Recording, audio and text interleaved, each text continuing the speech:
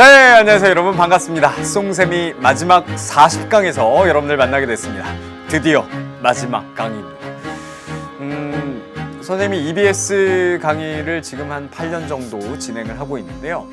이렇게 한 해에 가장 중심이 되는 테마 강의들이 있습니다. 저에게는 올해 가장 좀 역점적으로 찍었던 강의가 이 뉴 탐스런이었던 것 같아요. 그리고 여러분들한테 조금 더 가깝게 윤리와 사상을 재밌게, 또 영화와 음악과 함께 하면서 스토리텔링을 통해서 자연스럽게, 그리고 문제는 또 매직, 정말 마법처럼 풀릴 수 있도록 하고자 하는 그 취지로 시작을 했던 게 엊그저께 같습니다. 근데 벌써 이제 마지막 강이 됐네요. 매번 마지막 강을 준비하면서 제가 이렇게 문을 열고 스튜디오 안에 들어와서 카메라 감독님이 앞에 계시고 큐사인을 PD님이 탁 주시고 시작할 때 정말 설레입니다.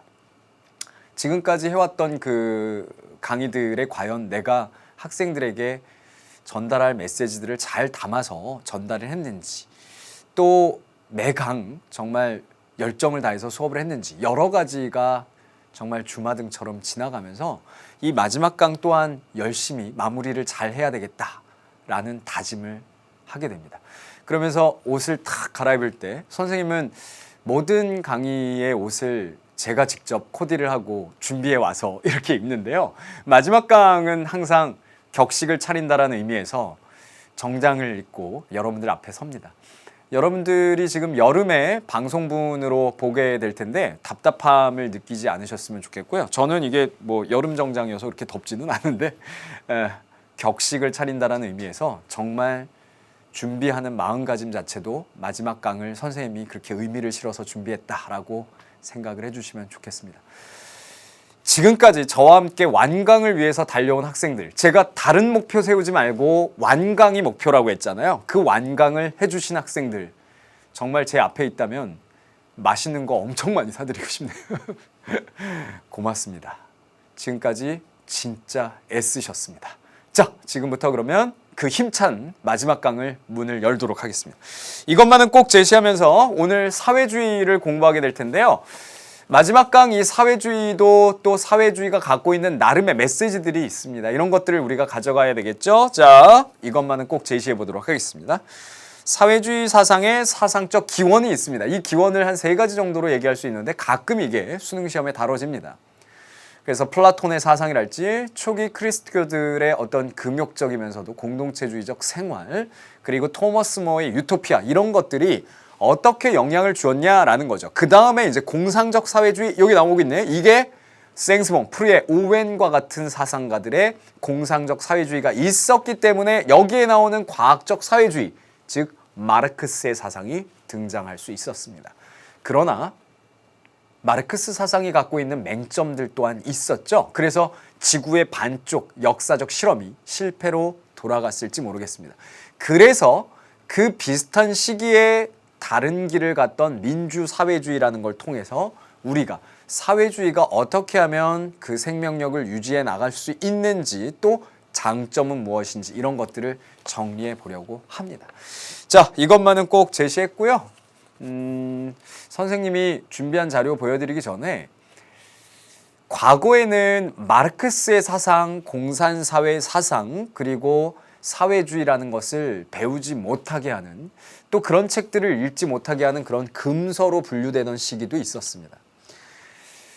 그런데 이제 시대가 지나서 이런 사회주의 사상들을 우리가 배우게 됩니다.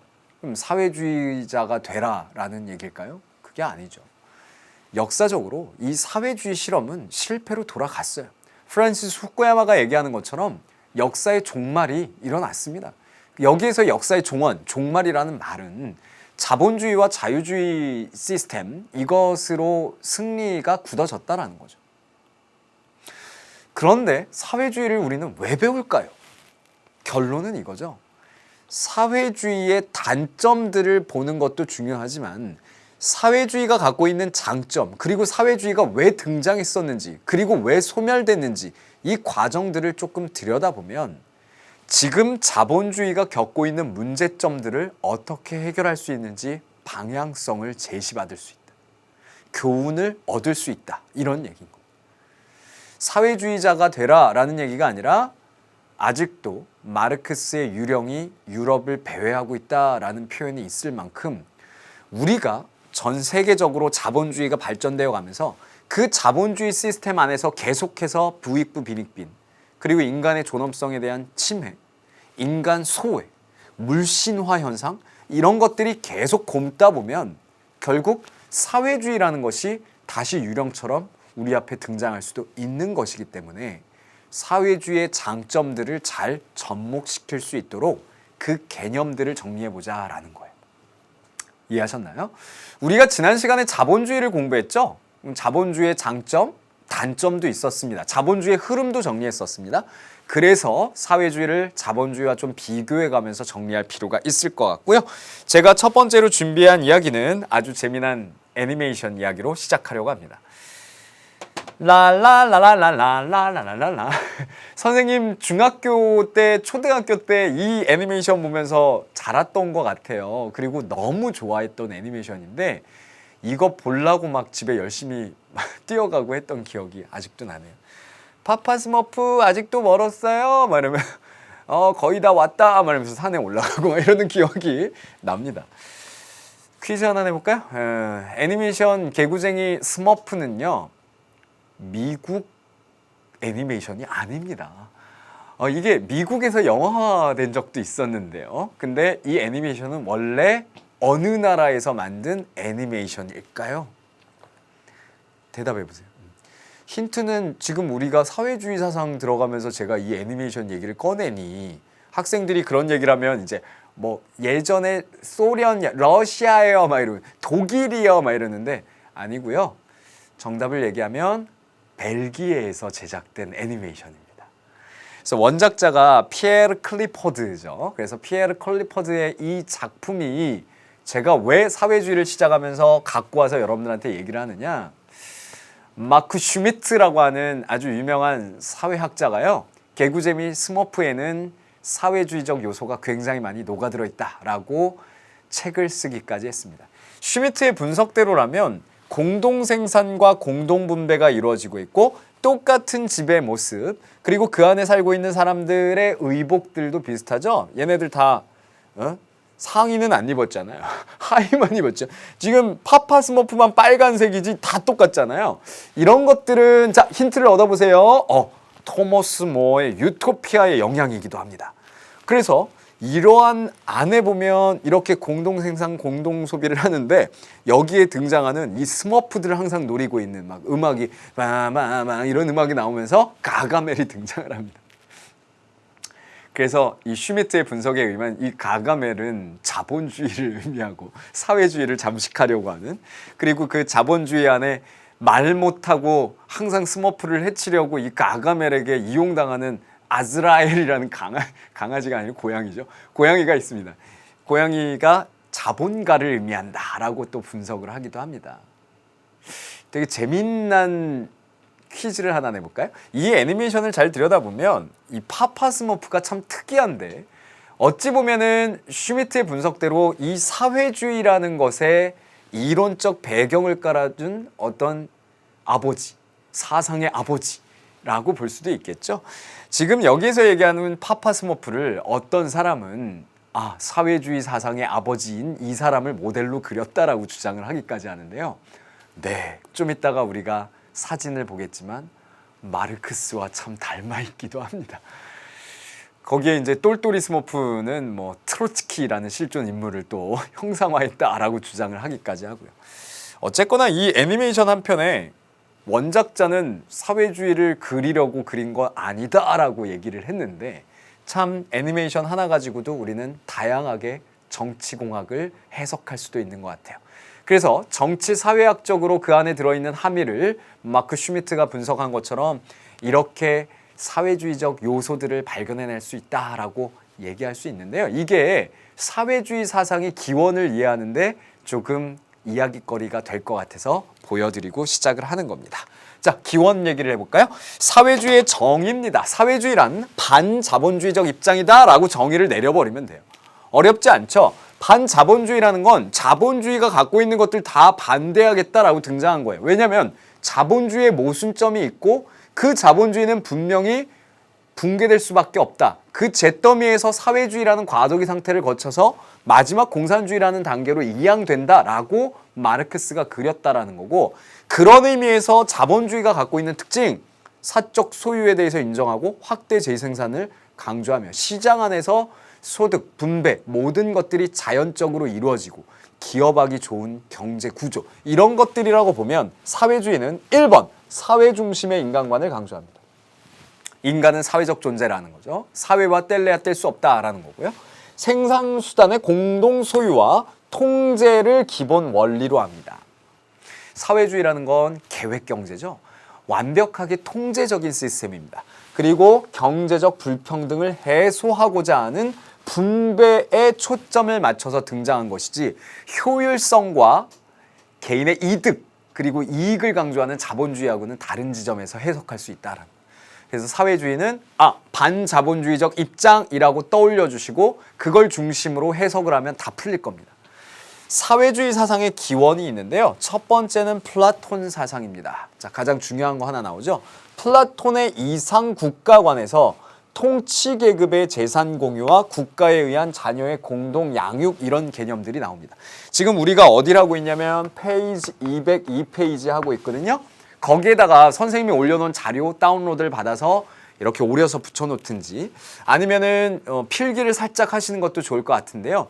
일단 교재에 나와 있는 것처럼 사회주의에 대한 정의를 내렸고 사회주의의 기원을 우리가 살펴보고 있습니다. 첫 번째 기원은 플라톤의 사상이에요.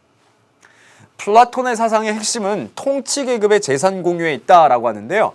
여기에서의 통치계급은, 자, 부연 설명해 드려 볼까요? 통치계급 자체가 의미하는 건 그래요. 수호자와 엄밀한 의미의 선발된 수호자, 그들을 뭐라고 해요? 통치자. 그들이 한 명이면 플라서퍼 킹이 되겠죠. 그렇게 철인왕 통치를 강조했고 철인왕을 길러내는 걸 강조했는데, 그 철인왕을 길러내기 위해서 우리가 주목해야 되는 건 고도의 도덕성이다라는 거죠. 근데 고도의 도덕성을 갖기 위해서 필요한 것은 사적 소유 욕구를 없애야 된다. 그래서 심지어는 재산, 그리고 부인, 그리고 자녀마저도 그 안에서 공동으로 양육하고 공동으로 소유한다. 이 개념이 아주 독특했다라는 거죠. 학생들이 아니 뭐예요? 그런 게 뭐예요? 말도 안 돼요. 이렇게 생각하는데 플라톤이 왜 그런 이상적인 시스템을 강조했을까를 잘 들여다보면 사적 소유욕을 없앨 수 있는 가장 좋은 방법은 공유를 하면 된다라는 거고요. 그러한 논리가 마르크스가 플라톤이 이런 얘기를 했었구나. 자, 이상적인 국가를 만들기 위해선 이 사적 소유라는 것이 자본주의를 붕괴시킬 수 있는 가장 문제이고, 그렇다면 내가 그리는 사회주의 사상에서는 가장 필요한 것이 이런 사람들의 사적 소유가 없어질 수 있는 시스템이어야 되겠구나 라고 영향을 받을 수 있었다라는 거죠. 두 번째, 초기 그리스도교들의 생활, 공동 작업을 토대로 한 소박한 생활을 강조했고요. 토머스 모어의 유토피아입니다. 공동 생산과 공동 사회에서의 분배, 이런 것들이 공유제를 강조하고 있고, 아까 우리가 개구쟁이 스머프의 버섯집, 그다음에 의복, 이런 것들 본 것처럼 거의 토머스 모어의 유토피아는 아까 애니메이션 개구쟁이 스머프와 비슷하죠. 똑같은 의복, 똑같은 집, 그래서 교환을 하고요. 사적 소유할 필요가 없죠. 집 모양이 똑같고 옷도 의복도 똑같은데, 그런 독특한 구조에 대해서 아마 마르크스가 주목했을 것이다 라는 겁니다. 자, 그 다음에 등장하는 개념이 있는데요. 자, 플라톤의 뭐가 핵심이라고요? 지금 보여드린 대로 통치계급의 재산 공유와 국가에 의한 자녀의 공동 양육, 이거 잊지 마시고요. 그 다음 등장한 사람들이 공상적 사회주의자다라고 평가하는 사람들입니다. 첫 번째 인물은 클로드 르블루아드 생스몽이라는 사람입니다. 이름 길죠. 이 클로드 르블루아드 생스몽이라는 사람은 뭘 강조한 사람이냐? 자본주의가 분명히 문제가 있다라고 지적을 한 거예요. 자본주의는 문제가 있다. 그런데 이들의 특징은 뭐냐면 획기적으로 이 자본주의를 어떻게 무너뜨리고 새로운 사회를 만들어낼지에 대해서는 제시하지는 않았어요. 그러나 자본주의에 문제가 있다라고 지적은 했다라는 거죠. 이게 예전 교과서와 예전 교재에선 굉장히 중요했던 부분이지만 우리 교재에서는 이 부분보다 이제 전개되는 과정을 주로 다루고 있기 때문에 그렇게 깊이 안 알아두셔도 됩니다. 그런데 문제에는 다뤄질 수는 있거든요. 우리 지금 교재에도 다뤄졌고요. 그래서 간단하게 언급을 하면 생시몽, 그 다음에 프리에입니다. 샤를 프리에, 그리고 로버트 오웬이죠. 이 샤를 프리에와 로버트 오웬, 이 생시몽과 프리에는 프랑스의 사상가들이고요. 오웬은 로버트 오웬, 이름에서도 느껴지는 것처럼 영국의 사상가들입니다. 근데 이들의 공통적인 것은 산업사회와 그 다음에 자본주의의 결함을 인식한 거예요. 문제가 있다. 어떤 문제예요? 프랑스와 영국 사회 등지에서도 벌어지는 문제는 역시 양극화의 문제, 그 다음에 도시 빈민의 문제, 이런 것들이 계속해서 골마가고 있었다는 거죠. 우리는 프랑스의 레미제라블을 떠올려 보면 우리는 이렇게 열심히 일하고 계속 일을 하지만 왜 가난할 수밖에 없는가라고 해서 그 뮤지컬과 영화의 중반부에서는 이제 들고 일어나잖아요. 그래서 그러한 것들이 사회주의와 연결될 수 있다라는 거고요. 사실 사회주의 운동은 러시아에서 처음 출발한 것도 아니고, 그리고 이 사회주의 사상의 가장 아버지라고 할 수 있는 마르크스의 독일에서 출발한 것도 아닙니다. 가장 사회주의의 근본, 가장 출발, 사상의 기원, 운동이라고 볼 수 있는 건 프랑스에서 시작한 게 사실이거든요. 그런 면에서 이러한 인식들이 프랑스와 영국 등지에 퍼지고 있었다는 거죠. 구체적인 사회 개혁이나 투쟁의 원리를 제시하진 못했어요. 자, 빠른 속도로 이런 공상적 사회주의 혹은 몽상적 사회주의, 이렇게 기억해도 됩니다. 꿈속에서 그린 것 같은 완벽하게 어떤 방향성을 제시하지는 못했던, 그러나 이러한 사회주의 운동가나 초기의 공상적 사회주의자들이 있었기 때문에 자본주의의 모순점들을 비판하고 새로운 사회에 대한 열망을 막 들끓게 만들었던 거죠. 그러다가 등장한 사람이 바로 아까 파파스모프 잠깐 얘기했었는데 마르크스입니다. 마르크스의 사상은 본인 스스로가 자본주의의 붕괴와 함께 등장하는 사회주의를 과학적으로 그렸다라고 해서 스스로가 아까 공상적 사회주의와 비교가 되는 나는 과학적 사회주의자야 라고 평가를 한 건데요. 이 마르크스의 사상은 오늘 우리가 공부하는 것의 가장 핵심이기 때문에 잠깐 필기를 좀 해가면서 얘기를 해야 될 것 같습니다. 자, 그러면 자리를 옮겨서요. 선생님이 이 마르크스에 대해서 써드리면서 좀 중요한 개념들 연결을 해보도록 하죠. 자, 색깔 있는 펜 가지고 와서 필기를 이제 시작해 보도록 하죠. 자, 사상가 이름이니까 한번 적어보도록 할까요? 자, 우리가 읽을 때는 마르크스라고 읽고요. 막스라고 읽어도 되겠습니다. 칼 마르크스, 독일의 사회주의 사상가, 그리고 사회주의의 아버지라고 평가를 해도 되겠죠. 그의 친구 프리드리 엥겔스와 함께 공산당 선언이라는 저작으로도 유명합니다. 1848년 공산당 선언이 발표되기 전에도요, 이 마르크스는 여러 가지 연구들을 하게 되는데요. 독일에서 이 영국의 경제학 이런 것들을 계속해서 공부를 해나가면서 자본주의의 모순점이 있다는 걸 깨우치게 되죠. 그 모순점 중에 첫 번째가 바로 인간 소외론이라는 거예요. 인간 소외론. 자, 인간 소외론은 쉽게 생각하면 자본주의 사회에서 인간은 돈보다 못한 존재로 전락하고 소외를 겪잖아요. 심지어는 노동자들이 노동을 해서 노동자로서 만들어 놓은 물건들에서 어떻게 해야 돼요? 뭐 자기가 가질 수도 있어야 되고 한데 그 물건을 가질 수도 없는 노동자가 전락해버리죠. 예를 들어서 뭐 정말 비싼 자동차를 만드는 노동자면 그거를 가질 수 있어야 되는데 그런 형편이 안 되면 당연히 그런 거죠. 얼마 전에 이제 선생님이 학생들 소풍을 가는데 이렇게 따라갔어요. 담임 선생님이 아니어가지고 올해 근데 따라갔는데 고기를 이제 학생들한테 구워주는데 고기를 막 구워주는데 학생들이 막 계속 와서 기다리는 거예요. 이제 고기를. 그래서 막 닭꼬치도 구워주고 막 이래가지고 맛있게 이제 구워서 줘야 되는 입장이 돼서 막 구워주는데 나도 솔직히 배고팠거든요. 근데 이거를 먹고는 싶은데 막 와가지고 선생님 다 구워졌어요? 그리고 막 둘러싸기 시작하는 거야 학생들이. 그러니까 이 두 개 반이 와가지고 막 70여 명이 막 그러고 있으니 이걸 어떻게 해요? 그러니까 나는 이거 먹을 틈이 있습니까? 아니야 잠깐만 있어 더 맛있게 구워줄게 이렇게 계속 구워주는데 거기에서 저는 인간 소외론을 느꼈잖아요. 내가 이걸 맛있게 굽지만 그건 다 애들의 입으로 들어가. 노동자가 작업장에서 자기가 만든 물건에서 소외를 당하는 거하고 똑같죠. 그래서 인간 소외론은 자본주의 사회에서 노동자들이 느낄 수밖에 없는 문제인 건 거죠. 결국엔 인간 소외론이 자본주의의 가장 큰 문제일 수 있을 겁니다. 이렇게 계속 외로워지면 어떻게 되겠어요? 두 번째입니다. 자, 인류의 역사가 어떠냐? 인류의 역사는요, 계속해서 물질에 대한 것으로 전개가 되었다. 그걸 뭐라고 하냐면 사적.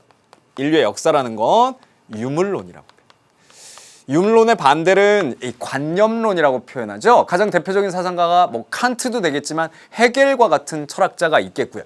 이들의 사고방식은 인류의 역사가 사람들의 이성과 관념이 발전해가면서 세상이 움직인 것이다 라는 주장인데 여기에서의 핵심은 물질이란 말이죠. 물질. 그리고 심지어 여기에서의 물질은 물질이 계속 발전되면서 세상이 바뀐 거기도 하지만 물질을 가진 자, 부르주아라고 하고요. 물질을 못 가진 자, 프롤레타리아라고 합니다.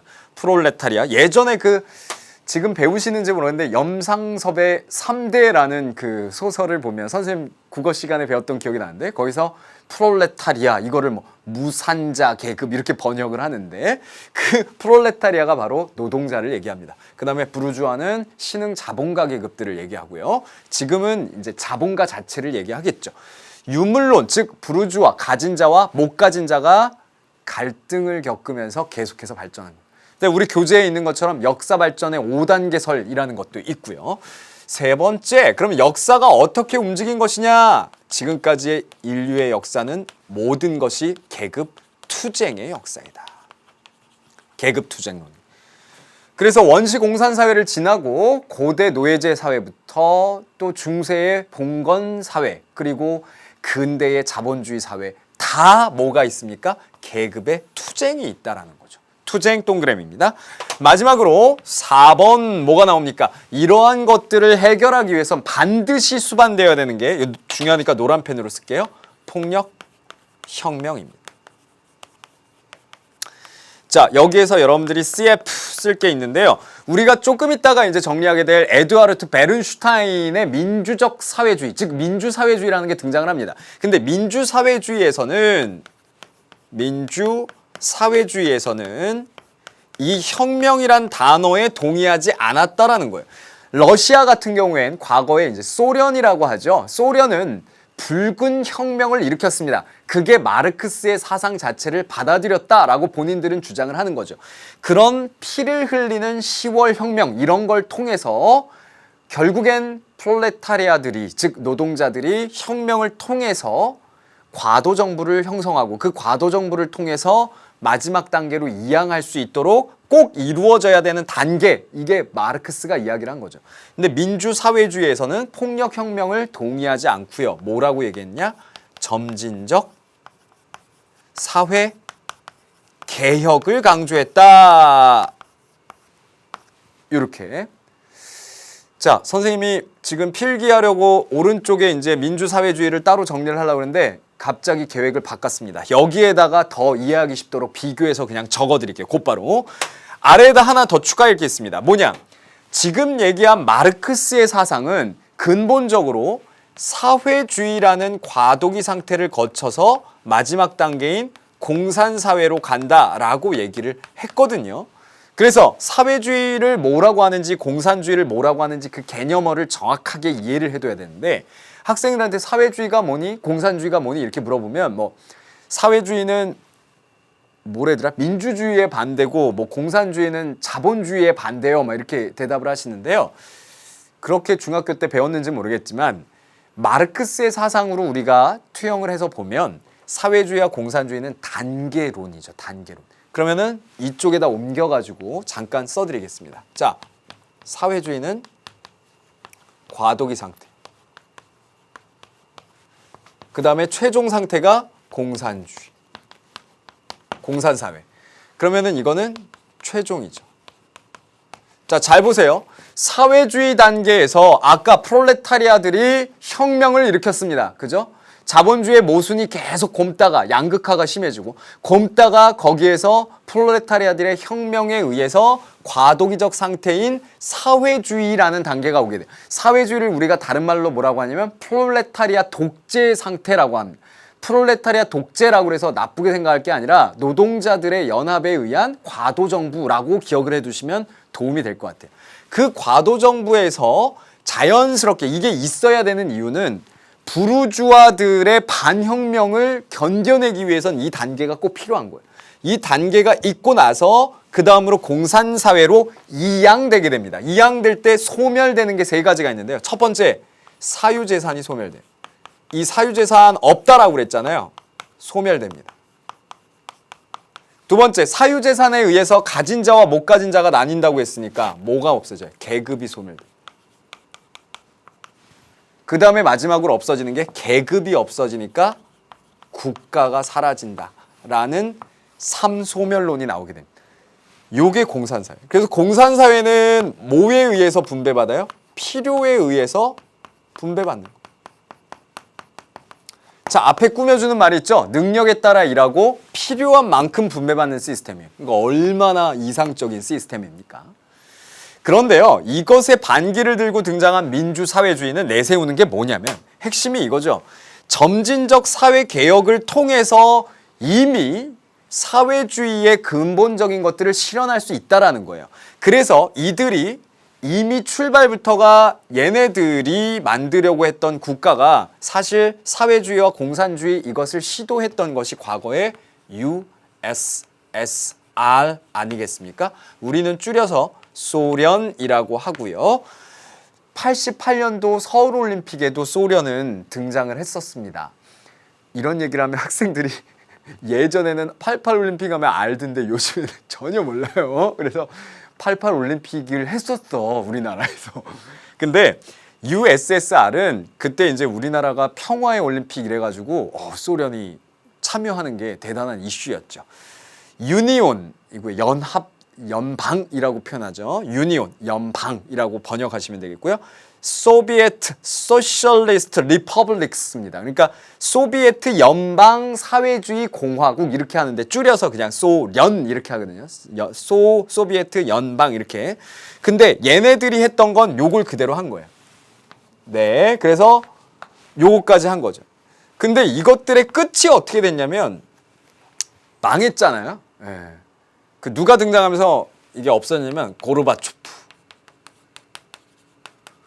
고르바초프라고 예전에 이 대머리인데 여기에 이렇게 세계 지도가 점으로 있어서 유명한 사람이 있었습니다. 고르바초프 다음에 옐친이 등장했고요. 고르바초프가 추진한 게 페레스트로이카와 글라스노스트란. 글라스노스트는 이제 개방을 의미하고요. 페레스트로이카는 개혁을 얘기합니다. 개혁 개방을 해버렸더니 골마있던 소련이 그냥 터져버린 거예요.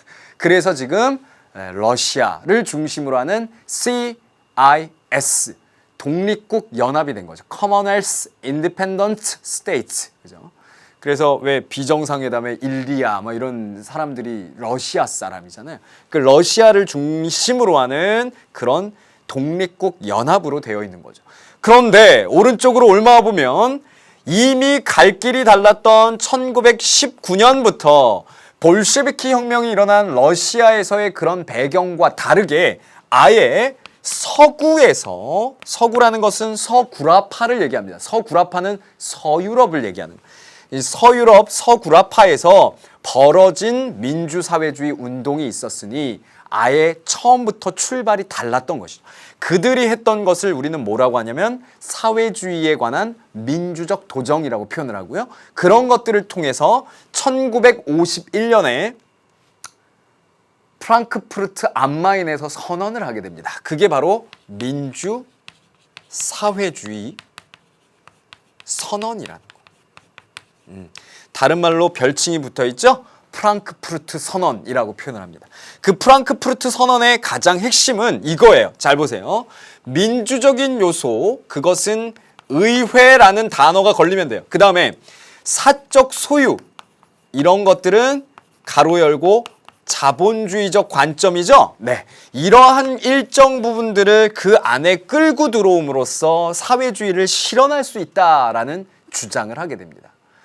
결국 아예 갈 길이 달랐던 민주사회주의자들은 제3의 길을 걷게 되었고, 그것이 오늘날로 얘기하면 서유럽뿐만이 아니라 전 세계에서 어느 정도 자리를 잡고 또 정치적으로 많은 영향력을 행사하고 있는 민주사회주의 정당들이죠.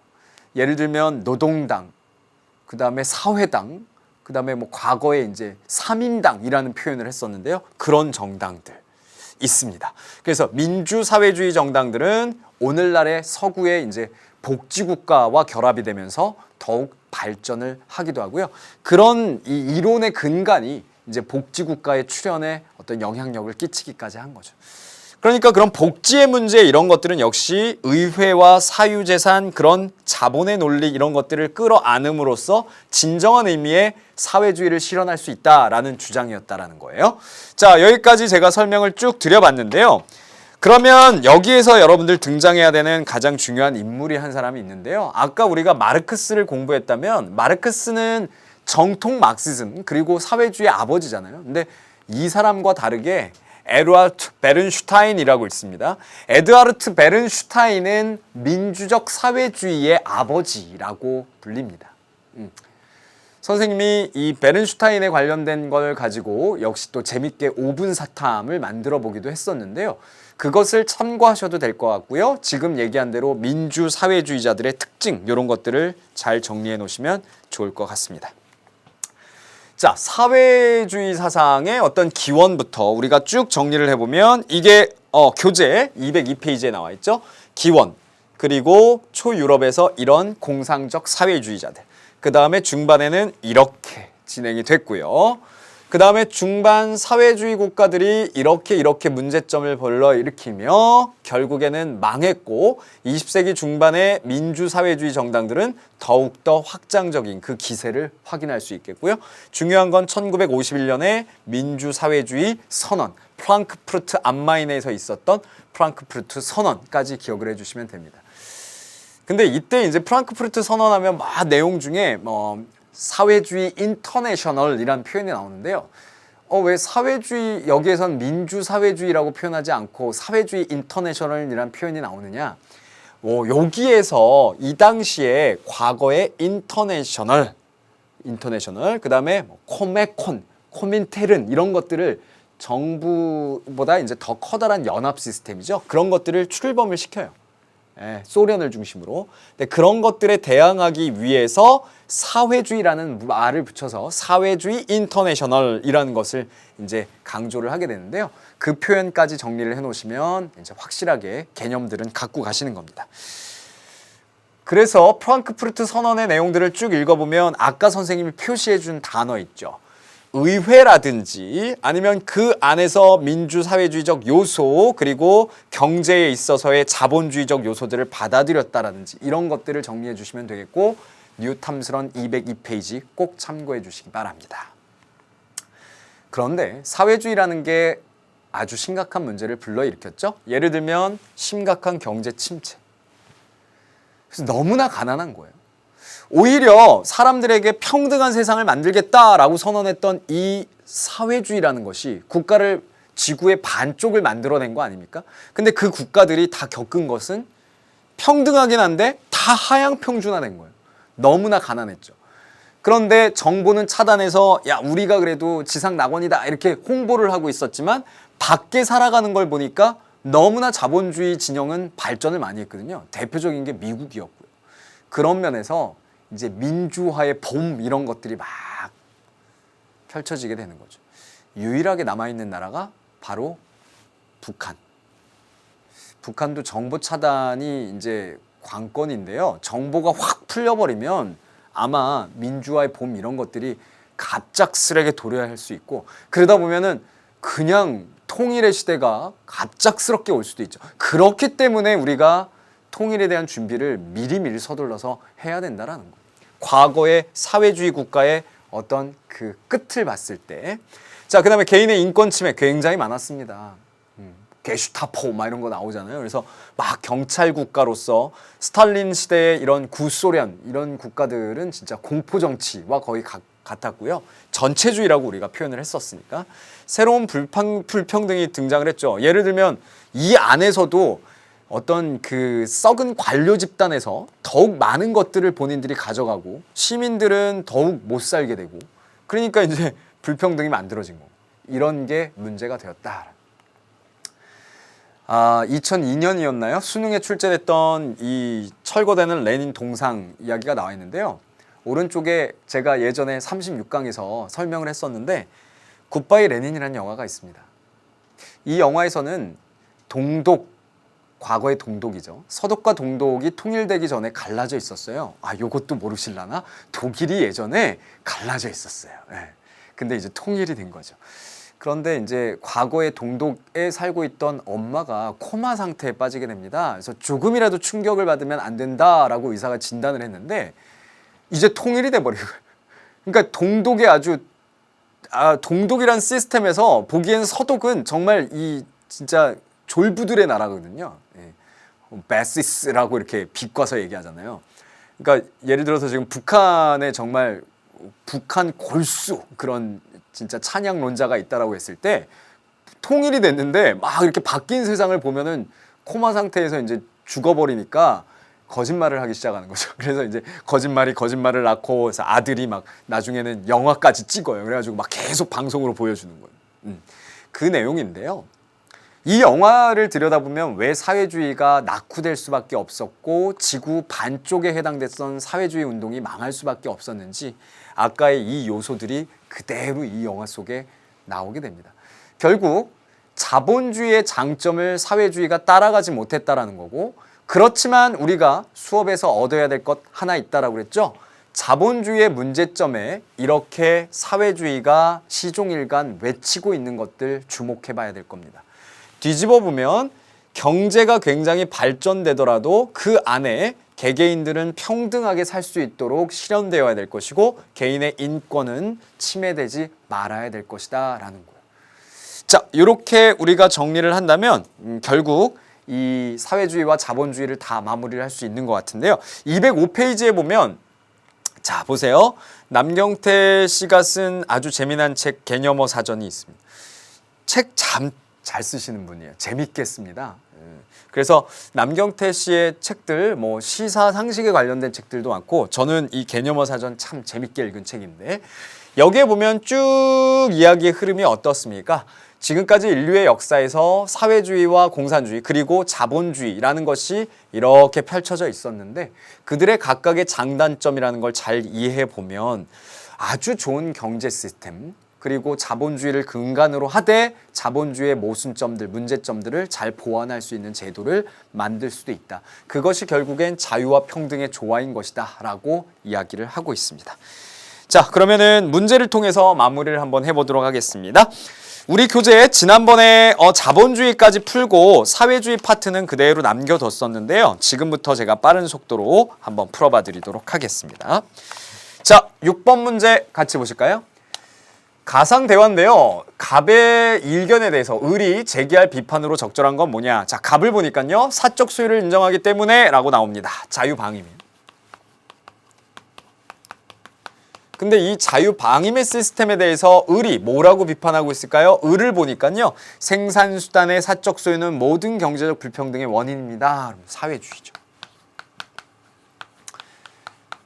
자, 화면에 이 필기한 게 자꾸 걸려서 저는 이렇게 걸리는 거 싫어하거든요. 깔끔하게 지우고 옆에 필기를 해가면서 설명을 드려보겠습니다. 자, 자유방임에 대해서 사회주의가 비판할 수 있는 근거가 뭐냐라는 걸 고르라는 문제니까 찾아보시면 될 것 같은데요. 1번. 개인이 집단보다 우선한다는 점을 간과하고 있다. 개인이 집단보다 우선한다라면 오히려 갑의 입장이죠. 틀렸고요. 인간의 독립적이고 자유로운 존재임을 모르고 있다? 아니죠. 오히려 지금 강조해야 되는 건 사회주의가 사회적 인간관을 강조해야 되죠. 자, 경제 대국가의 개입이 안 된다라는 점을 강조하고 있다? 이것도 오히려 자유방임을 강조하고 있는 표현입니다. 그러면 사회주의 입장에서 골라야 되니까 4번. 사회 문제의 근원이 사유재산제에 있다는 것을 간과하고 있다. 여기에서의 가장 핵심은 결국 자유방임의 문제가 골물대로 골마서 이 문제를 도출할 거고 이것의 문제를 해결하기 위해서 사회주의가 도래하였다라는 주장이니까요. 5번도 틀렸고 정답은 4번이겠네요. 자, 7번. 이것은 뭘까요? 자신의 사상을 이것이라고 그랬습니다. 과학적 사회주의. 다시 한번 공상적 사회주의라는 걸 비판해서 본인은 과학적 사회주의라고 주장했죠. 자, 그 다음 문제인데요. 자, 앞에서 이것에 대해서는 정답을 그렇게 적으시면 되겠고요. 사회주의 실현의 원인으로 우리가 옳지 않은 것, 그럼 나머지는 다 공부하라는 거니까 3번이 정답이 되겠고요. 이건 틀린 문장이죠. 1번 각 개인의 인권 보장, 그리고 자유, 그 다음에 의욕 저하, 유인책이 없었다라는 거죠. 독점적 지위를 가진 관료들이 오히려 불평등, 새로운 불평등을 만들었다까지 정리해 놓으시면 되겠습니다. 9번 기억에 들어갈 사상의 기원이라고 표현이 나오는데요. 기억은요, 사회주의잖아요. 쭉 읽어보시면 그러면 사회주의 사상의 기원하면은 우리가 배웠던 것들 머릿속에 플라톤부터 토머스 모어, 공상적 사회주의자 다 떠오르면 돼요. 1번 국가의 역할, 개인의 자유 권리 보장, 자율성, 권력 분립, 다당제 이런 거 아니죠. 오히려 1당제로 흘렀죠, 사회주의는. 자, 자유 경쟁을 철저하게 보장하기 위해 노력해야 안 되죠. 정답은 5번이죠. 모든 사람이 평등하게 살아가는 사회를 구현하는 것이 중요하다. 이것이 사회주의 사상에서 실현하려고 했던 궁극적 목표가 되겠고요. 정답이 되겠네요. 10번 문제 한번 가볼까요? 네, 빠른 속도로 풀어드리고 있습니다. 10번, 다음 사상에 대한 옳은 설명이라고 되어 있어요. 자, 생산을 경제적 자유의 노름에서 그대로 두어서는 안 된다. 오히려 생산은 인간의 필요에 맞춰서 체계적으로 계획해야 된다. 계획 경제네요. 그런데 뒤를 보니까 사회주의는 국내 및 국제 문제에 있어서 자유와 계획을 동시에 지지한다. 그럼 자유는 자본주의, 의회제도, 그러면 민주사회주의. 에드하르트 베른슈타인, 그죠? 기억, 생산수단의 사유를 일정 부분 허용해야 된다. 답이 됩니다. 분배는 철저하게 능력에 따라 자본주의적 개념이고요. 의회를 통한 점진적 사회개혁 되네요. 마지막 자본주의의 타파를 위해 프롤레타리아 독재. 이거는 뭐예요? 사회주의라는 근본 상태, 과도기적 상태를 통해서 마지막 공산사회가 도래한다라는 정통 막시즘이고요. 민주사회주의하고는 달랐네요. 자, 그래서 정답은 기억 디귿 고르시면 되겠고요. 3번 문제 우리 심화 문제로 이제 넘어가 보도록 할게요. 같이 보실까요? 심화 문제 3번 문제는 역시 사회주의 사상에서 가장 우리가 기본이라고 할 수 있는 마르크스의 사상입니다. 쭉 읽어보니까 프롤레타리아드 발전에 있어서 가장 일반적인 국면들, 그리고 기초, 폭력적으로 전복하여 폭력혁명론까지 나오죠. 칼 마르크스. 그러면 옳은 걸 골라라 라고 하니까 1번 프롤레타리아 독재가 필요한가? 라고 하면 프롤레타리아 독재 필요하죠. 그러니까 부정의 대답을 골라야 되는데 이거는 yes니까 안 되죠. 생산수단의 공유, yes. 필연성 국가, yes. 사회주의라는 걸 통해서 공산주의라는 마지막 상태가 오는 거니까 능력에 따라 일하고 필요한 yes. 최종적 상태였고요.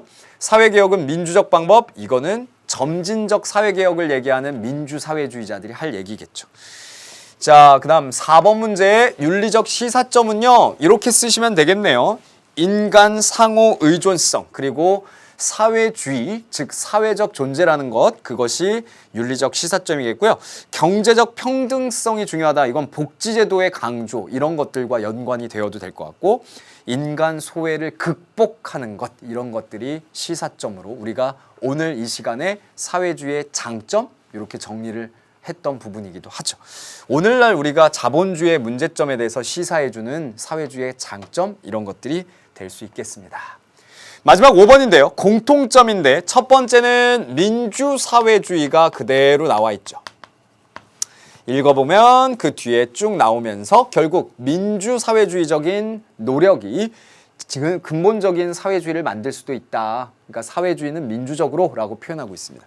모든 사회의 역사는 계급투쟁의 역사. 이건 누구예요? 칼 마르크스의 사상이 그대로 나와 있네요. 그러면 마르크스의 사상과 민주사회주의의 공통점들은 있죠? 그건 사회주의를 실현하기 위한 노력들이니까. 1번 모든 생산수단의 공유화 안 되죠. 이거는 민주사회주의는 소유를 일정 부분 인정하니까.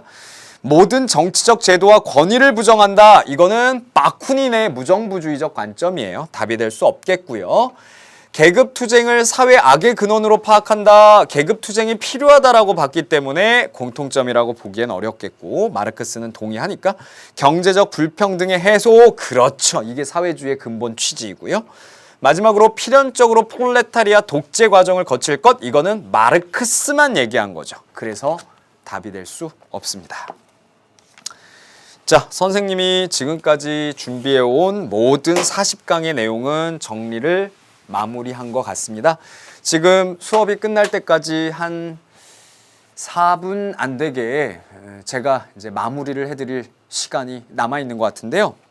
PD님에게 부탁해서 예쁘게 저의 메시지를 담아봤습니다. 지금부터 제가 직접 읽어드릴게요. 같이 보시죠.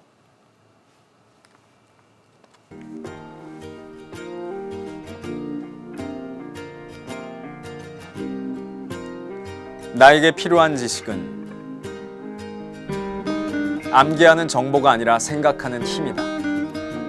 현학적인 수사가 아니라 마음을 움직이는 메시지이다. 빈틈없는 논리가 아니라 비어있는 공간이다. 사고를 구속하는 것이 아니라 더욱 자유롭게 하는 것이다. 내가 필요로 하는 지식은 엄격히 구분짓는 잣대가 아니라 경계를 넘나드는 이해이다. 말하는 쪽에 입이 아니라 듣는 쪽에 귀이다.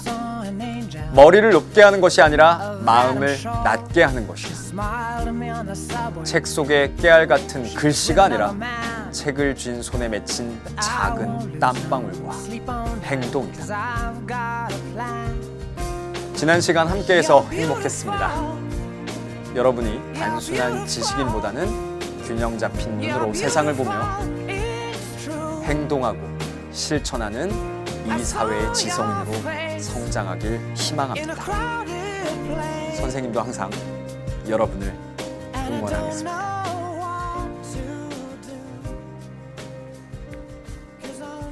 He laps best, who laps last. 여러분들이 진정한 최후의 승리자가 될 때까지 선생님이 끝까지 응원한다라는 거 놓치지 마시고요. 마지막 문구처럼 여러분들 수능 시험장이든 아니면 인생의 나의 가장 화려한 그러한 지점에서든 크게 승리자로서 웃으셨으면 좋겠고요. 그 웃으실 때 선생님이 드리려고 했던 그 메시지들 잊지 마시기 바랍니다. 세상을 살아가는데 균형 잡힌 눈으로 세상을 바라봐 주시고요. 실천하는 지성인이 되어 주십시오. 민주 시민으로 성장해 주시고요. 그리고 따뜻한 감성을 가지고 더불어서 사는 사회를 만들려고 노력하는 그러한 사람이 되어 주십시오. 지금까지 여러분들과 총 40강을 함께 했던 너무 소중한 만남을 기뻐하고 있는 송쌤이었습니다. 수강후기를 통해서 이 인연 놓치지 마시고요. 앞으로 저는 엔젤을 비롯한 다양한 강의에서 여러분들을 새롭게 또 만날 것입니다. 자, 여러분들 지금까지 탐스런 윤리와 사상 저와 함께 해주셨고요. 마지막 인사는 두 손으로 드리도록 하겠습니다. 수고하셨습니다. 안녕.